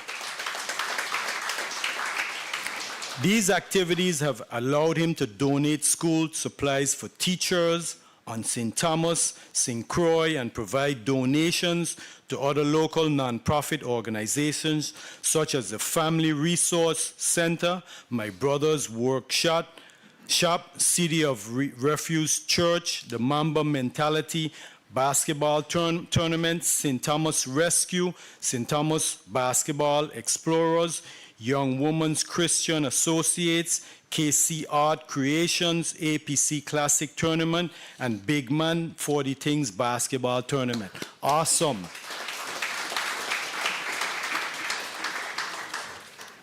And on and on and on. A native son of the soil. So in recognition and appreciation of his outstanding achievements in the music and entertainment industries and for his contributions to the Virgin Islands community, Benny Demus is awarded the official key to the Virgin Islands, and today we are honoring him. This bills honor him for all his achievements, and he will be presented the official key to the Virgin Islands. Congratulations, Benny Demus. Blessings, brother. And I also wanted to say congratulations to Sasso. Normally when you see Sasso, it's condolences, but today is congratulations. Well, Sir Popa, thank you, thank you, thank you. Blessings.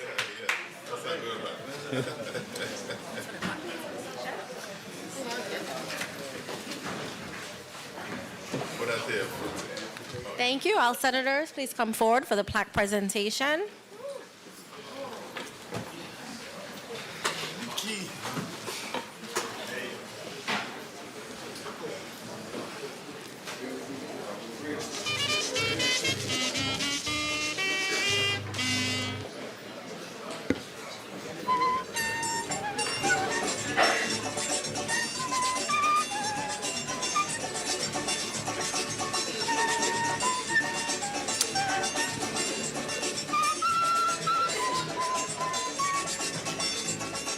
An act honoring and commending Brian Benny Demus Bulai for his outstanding achievements in the music and entertainment industries and for his contributions to the Virgin Islands community, awarding him the official key to the Virgin Islands.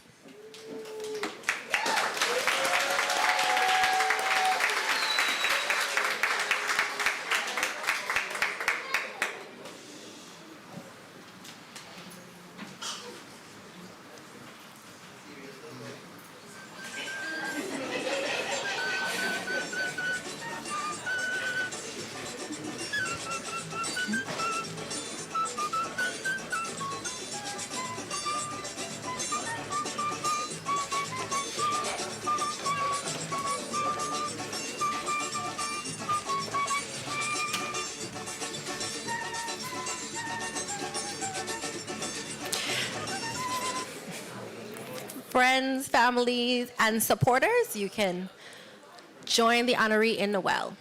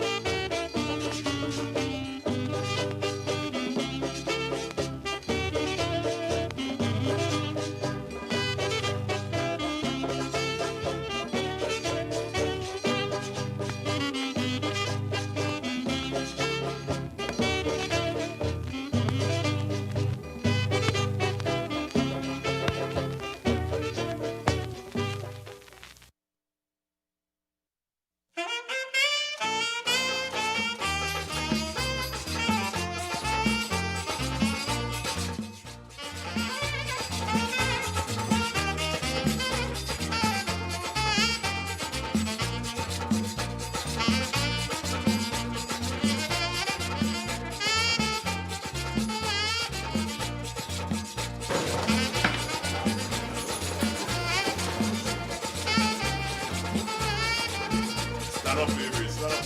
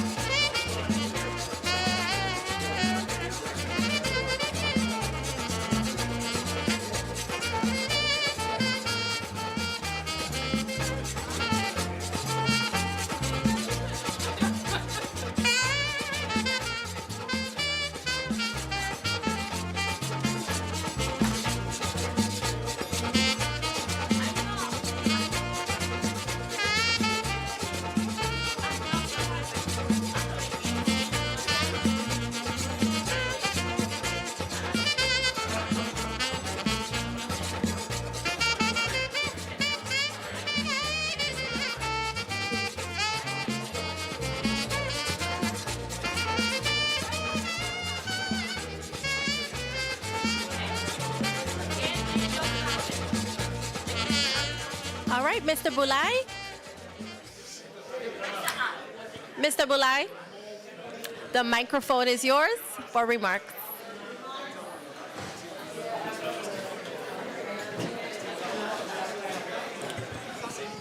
Two. Tell more kids you gotta get a cup like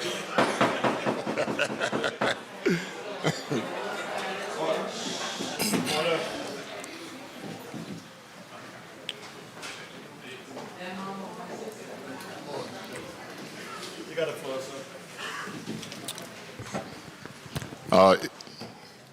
It's afternoon now, right? Good afternoon to everyone in the building tonight, today, this afternoon, this morning, since we were all so confused earlier.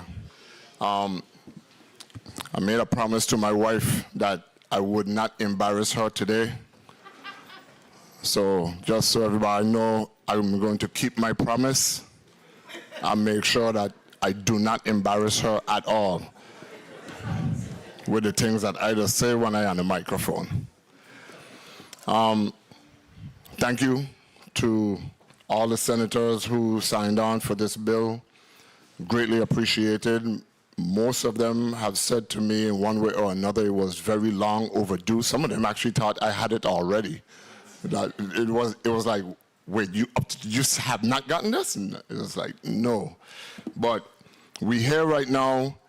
I want to talk deeply about friendship and the things that you do as friends. I have the Akon band, and VJ is here. Akon has a show today in Saudi Arabia, and all of us said we're not going. So none of us have a job anymore. Just so you know, but Mike, Brian, AK, man, I thank y'all so much for being here with me.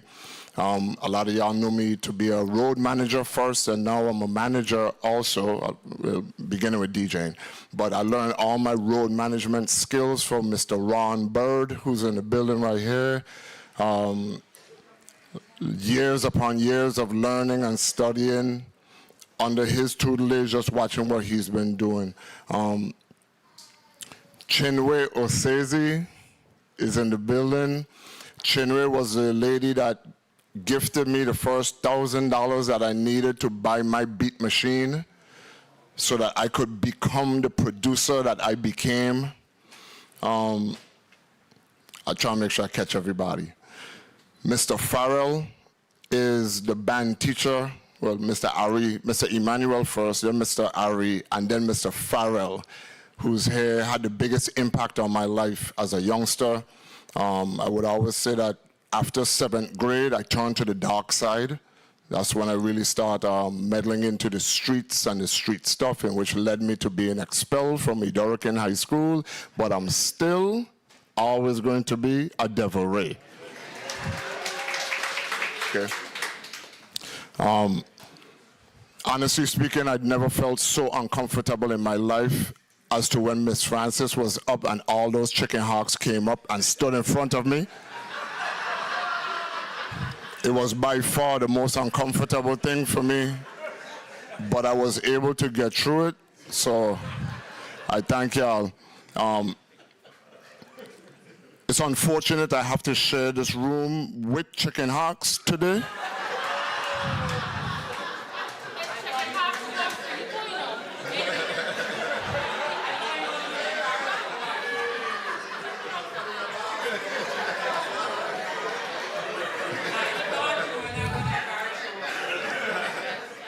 Babe, am I going good so far? I ain't embarrassing yet, right? Have I said something? Okay. Okay. I know, just making sure. But I just want to make sure that I get to everybody that I really need to get to. My brother Francis is here. My brother is the one that I actually learned how to DJ from. So everything DJ-wise that came from me came from him. So, and Shyla, chill, we coming now. My mother, Claudina Bolai, is here in the building. Ladies and gentlemen,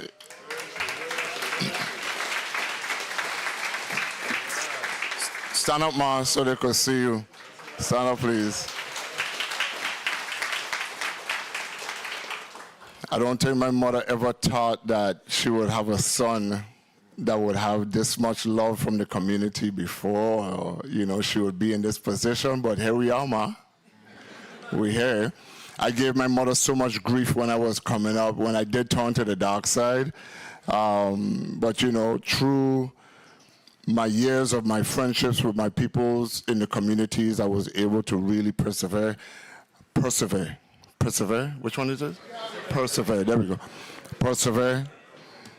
And I was able to do good and great things. And what I did do as I got older, and I learned from a lot of the mistakes that I did make when I was giving Mr. Farrell and my mother and some of my other friends here grief, was as I got older, I said to myself, you know, all the things that I seen happening to me when I was coming up and I didn't have someone to talk to, or I didn't have someone to really sit me down. Mr. Farrell did, let me not say that, but I just want to say that it really helped me when I got older, to look back on the things that I had issues with and troubles with, to say, those are the things that were missing when I was coming up, so I wanted to be that person for the community when I got into a position. And that is the reason why I am the way I am today.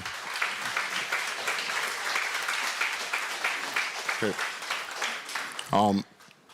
I didn't grow up with my biological father, but Melbert Matthias is here, and he is the one that actually raised me as a father. That was my father figure in the house. I learned how to be a troublemaker from my big sister, Diane, who's here in the house. Okay. I just making sure I ain't missing anyone or forgetting anyone before I get here to my beautiful wife, Ebony Hill Bolai, who's former Senator Hill's daughter, everyone. Natalia, her sister, is here, and my 3 daughters are here, Jelani, Kennedy, Carlis. Well, I'm missing one more. I have 4 daughters, y'all. She's in the States now. The oldest one is in the States. But I really want to thank everyone for being here for me. And I want to say that the way that y'all are showing up here for me is the way that I've showed up for my friends time and time again, especially when people felt like, or when my family felt like I shouldn't have showed up for certain people at certain times. But it's at the worst times is when you actually need your friends to stand next to you. All right? So, as you guys, Shello and Tony, big ups to you guys to also for being here with me for my testimony. I just want to say that. Thank you guys. Levi, we have to talk when this is over because, all right.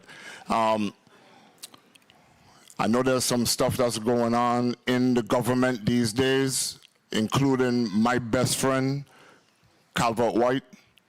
And a lot of people may have felt disappointed in seeing me walking with my friend. But again, when you're at your lowest, you need friends to be able to stand next to you.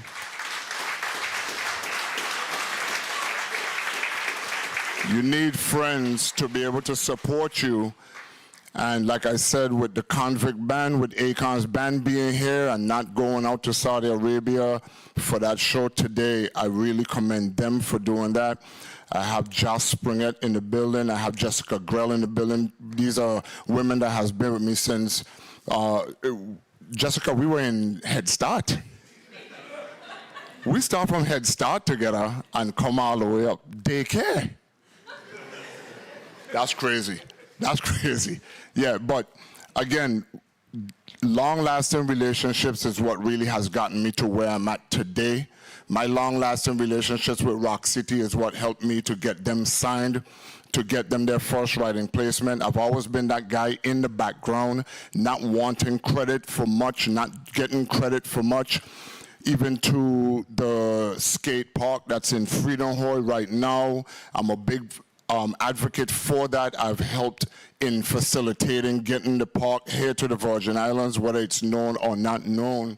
But these are things that you do in the background, and everything that you do for your people should not be blasted or commemorated or all that type of stuff. You just gotta do things because you know it's the right thing to do. Love y'all.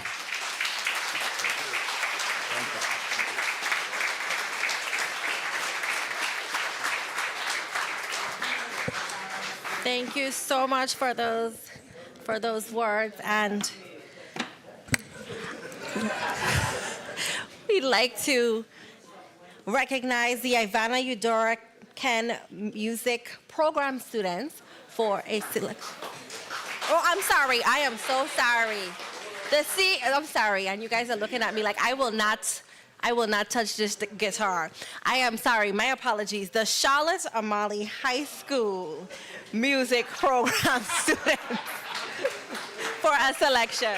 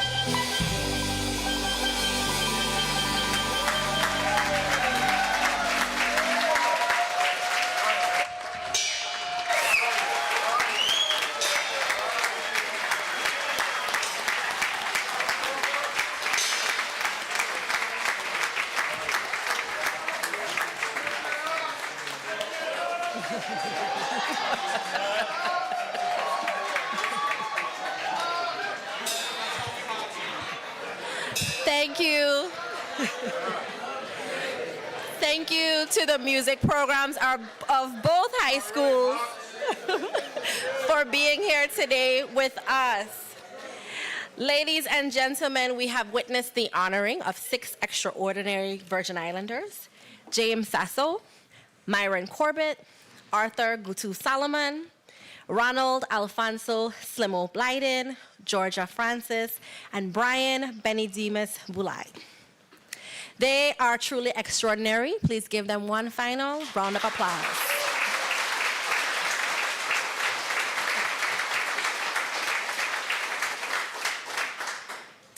Their names will now live on in our record books, our roads, our facilities, and their legacy will be remembered for generations to come. As always, we encourage the viewing and listening audience to visit the legislature's website and utilize our Bill Tracker feature so that you can learn more about these honorees and others that we have honored and recognized. As we close out this ceremony, I'd like to thank the staff of the legislature, our Public Affairs Division, for their awesome graphics, for being out on the road yesterday taking those photos, as well as our Protocol Officer, Ms. Javon Otley, the Business Office, the Operations Division, Executive Office team, our chaplain, and of course the senatorial staff, the Office of the Senate President, for all of their work on this event.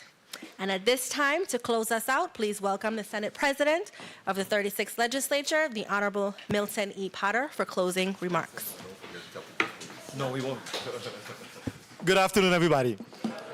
Georgia, I have a pan. I bought a pan about September of last year. It looked exactly like that one there. Somehow the sound, I just can't get to sound the way that young man. I don't know if it's something I'm doing wrong or if it's something with the pan. But I think it's me. But give that band a round of applause again. Those guys are excellent. They're exceptional. I mean, it's inspiring when I see young people doing big things, doing tremendous things. I want us to really give the musicians as well as the vocalists from Ivan Eudora Ken High School, my alma mater, as well as Charlotte Amalie High School for doing big things. One thing that I've learned, right? All you need to give Virgin Islanders is a chance, an opportunity, and we will soar to higher heights. So I hope we will really put our young people in a position to get these types of opportunities for us to support them. So anything that we have here in the legislature for the coming months, for the rest of this year, we're bringing them back. Let's get a round of applause again. Finally, let's give all of the honorees a great, rousing round of applause. Thank you for your contributions to this territory.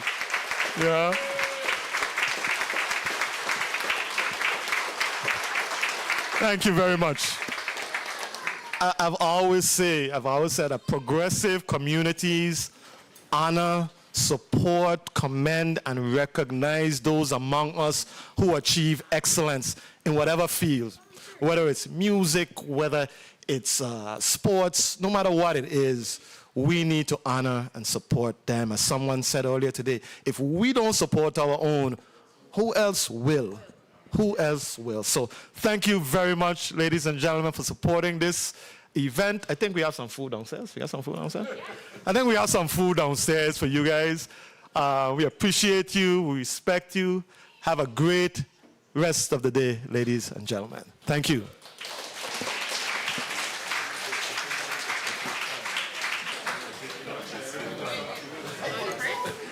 The Lord bless you and keep you. The Lord make his face to shine upon you and be gracious to you. The Lord turn his face towards you and give you peace. Bless the food, Lord, and bless the fellowship, that we may forever remember that all good things come from you. Amen.